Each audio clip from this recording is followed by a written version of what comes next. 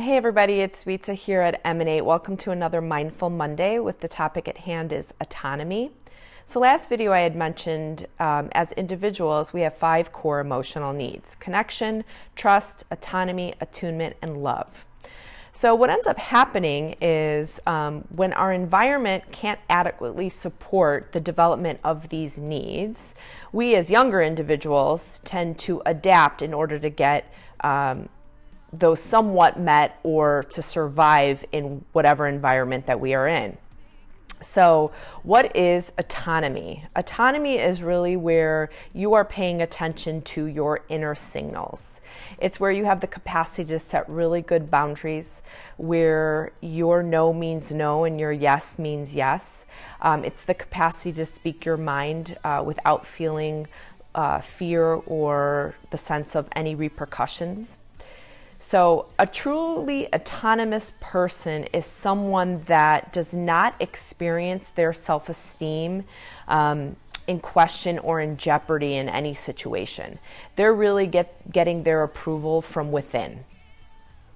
So with that being said, what does it look like when someone lacks adequate autonomy?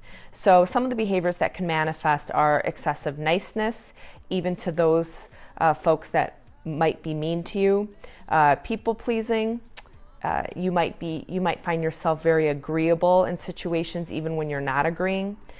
You may distance yourself from things that you know could be difficult or turn quote unquote heated. You might avoid disagreement. You might avoid where you know there will be more no's than yeses. You might end up apologizing more than the average bear, or apologizing for something that isn't your fault. The thing to remember that all those behaviors that are exhibited are to avoid criticism, rejection, and humiliation. So if you're people pleasing, it's rooted in the fact that I really don't want to be criticized, rejected, or humiliated. So what does that mean in terms of leadership, your team, your organization? I happen to think it actually impacts greatly if anyone on your team or you yourself lack autonomy. If you are lacking autonomy, you're really not showing up as your true self. So Amy Edmondson, the author of The Fearless Organization, talks about this idea of psychological safety, and she defines it as a climate where people are comfortable expressing themselves.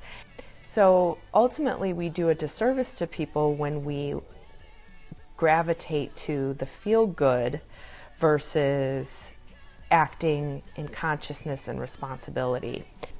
There's a great quote out there that says, "Who I am may be understood as a function of what I'm willing to take responsibility for." Because there's something very powerful when people take responsibility for their own actions, for their own ideas, and not change them accordingly to make someone else feel better, right? Because it diminishes something in you when that happens. So I thought this time around I would leave some questions to think about, because I think that's how you grow, is when you think about your own self. So the first question is, as a leader, where do you find yourself avoiding disagreement due to fear or rejection? The second question is, when someone disagrees with you, what do you perceive? How do you interpret it? And how does it make you feel about yourself? And the last question is, what decisions are you making based on someone else's opinion? So I hope that helps. Emanate your best selves. Till next time.